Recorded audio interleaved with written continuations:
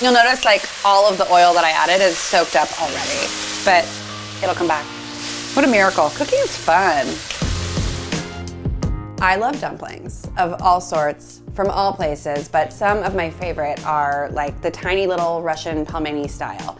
And they kind of look like a tortellini and typically served in like a buttery broth with lots of dill and maybe caramelized onions and sour cream on the side for dipping. And they're exquisite. They're like a little indulgent. You can only eat a few at a time. That's not true. So to me, this dish kind of gets at those flavors without having to do the dumpling part. It is kind of nice to me to trace the origins of something, and this to me came from a very specific place that is near and dear to my heart. So the two main components of this dish, one being farro, and I'm cooking it almost like risotto, except unlike risotto, we're not actually gonna pay that much attention to it as it cooks. We're kind of gonna just put it on the stove, walk away, come back, and it's gonna be amazing. And the other thing in this dish are the mushrooms. We're gonna cook these with leeks in the same pot. And then the third most important part would be the sour cream and the dill. And I love dill so much. It is so, so delicious and goes with so many things across the board. I've had like a real love affair with this. It's kind of like taking the place of cilantro in my heart, but together the dill and the sour cream transport me to another place. And for that, I'm grateful. So you wanna cut kind of like there. And they're pretty dirty up there. There's like sand in there. It's like in the leek. As I'm cutting, if I see them looking dirty, I'll give them a rinse. You can put them in a bowl and cover them with cold water. Just kind of move them around, and any dirt that they have in them will settle to the bottom. You don't want to go too thin here because we are going to cook those mushrooms for quite a while. You want to give them enough thickness to spend a good amount of time in the pot. When it comes time for me to use these, I'm just going to scoop them up from the top. I'm not going to pour them out because then the dirt on the bottom would come back on top of them. So the nice thing about mushrooms is that you can kind of use any combination. So in this bowl, I have a mixture of maitake, which kind of look like this. And I say kind of look like this because sometimes they look a little different. And the reason I like these are because they crisp up really, really well. These are chanterelles. They don't crisp up quite as well, but they taste really, really good. And then oyster mushrooms. They're just really delightful. They're meaty, they're not too wet. They taste, I'd say, most similarly to a button mushroom if you are unfamiliar with the rest of these. Regardless of what mushroom you're gonna use, you wanna make sure that they're all kind of the same size. So a mushroom is like a tiny sponge. If I were to dunk this in water, it would fill up with water. And then it would make it extremely challenging to get it brown or crisp. So you wanna keep these as dry as humanly possible. So I have a pound of mushrooms in here, which sounds like a lot, but they actually shrink down quite a bit. And for that reason, I am gonna cook them in batches. I don't wanna crowd the pan. And I think when cooking mushrooms, that is probably the most important thing because I really am looking to get as much water evaporated as possible so that they can have even like a chance to brown.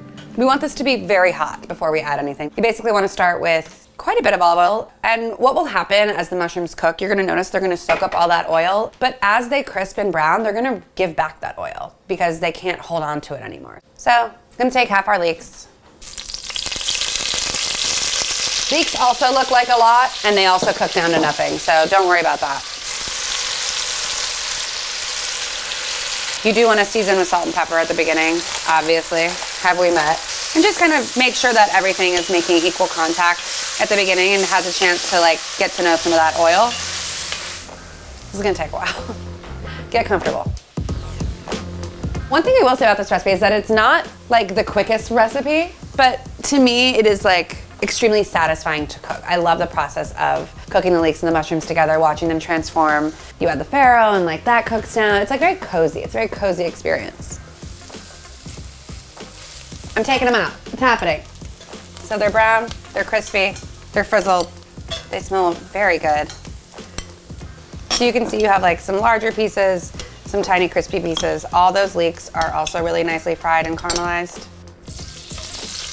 The second batch always takes much shorter of a time and crisps faster and better with less sticking just because the pan has already been hot for so long. I had a friend out of the blue, apropos of nothing, text me last night that it was probably his favorite thing that I've ever made. We were like away for the weekend, renting a house somewhere, hanging out over New Year's, and I was like, okay, well tonight I'm gonna make this dish because I'm testing it. We ate it and we all sat down and we were all like kind of quiet and we're like, damn, this is really good. But like it was shocking how good it was because it's not like the typical thing that I make, which is like a beautiful roast chicken and a tangy salad. It's like a comforting bowl of like grains and mushrooms and sour cream. Like it's almost like hunter food. We didn't go hunting. I'm not a hunter, but it felt like I had gone hunting.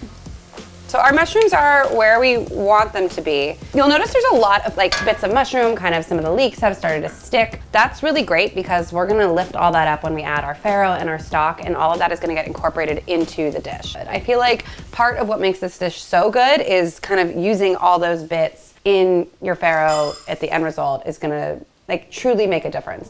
Farro is already a pretty toasty grain, but we're just gonna give it like a toast in this residual oil, kind of deepen the flavor.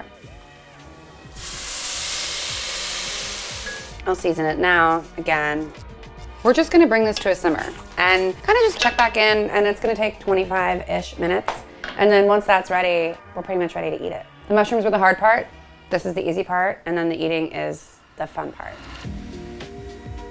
Our farro has been simmering for like 20-ish minutes. It's almost done. And then from there, we're basically spooning it into bowls, topping it with our mushrooms and our sour cream. The herbs are a really important part of this dish. And I'm gonna use dill and chives. I will say though, dill is one of those herbs that like cilantro, if you don't like it, you really don't like it. So in this bowl, chives, dill, lemon zest, and we'll season it with coarse salt. And then the last and most important, I know I said this wasn't the most important part, but it is the most important part, is sour cream. When I go to the Russian baths, and that's more often than not when I'm eating these Russian dumplings, they serve the sour cream in little plastic containers. I always ask for extra, and they bring me one at a time. And I'm like, just bring me like 5 at a time. I'm gonna go through all of them. But I think maybe they're suggesting to me that maybe I don't need as much sour cream as I think I do. That's the beauty of cooking at home, is that you can like police your own sour cream consumption. We're checking in on our farro. Most of the liquid has absorbed, but you can still see a bit of it in there. And this is pretty much what we're looking for. It's so delicious. And if you've never cooked a grain in broth before, you really haven't lived. It changes it dramatically. So you have like your little bowl, and then I would top it with some sour cream, and then mushrooms. And you want like a lot of mushrooms here. The mushrooms are kind of why we're here. I mean, we're here for it all, really. We're here for the dill, we're here for the sour cream, and then your little salad on top. I always will finish with a squeeze of lemon and then some pepper. There's no other heat, and this kind of just gives you like a really nice hint of spice. The name of my new fragrance, hint of spice.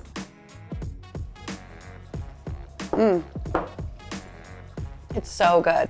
It's like I'm right there at the Russian baths in my bathing suit.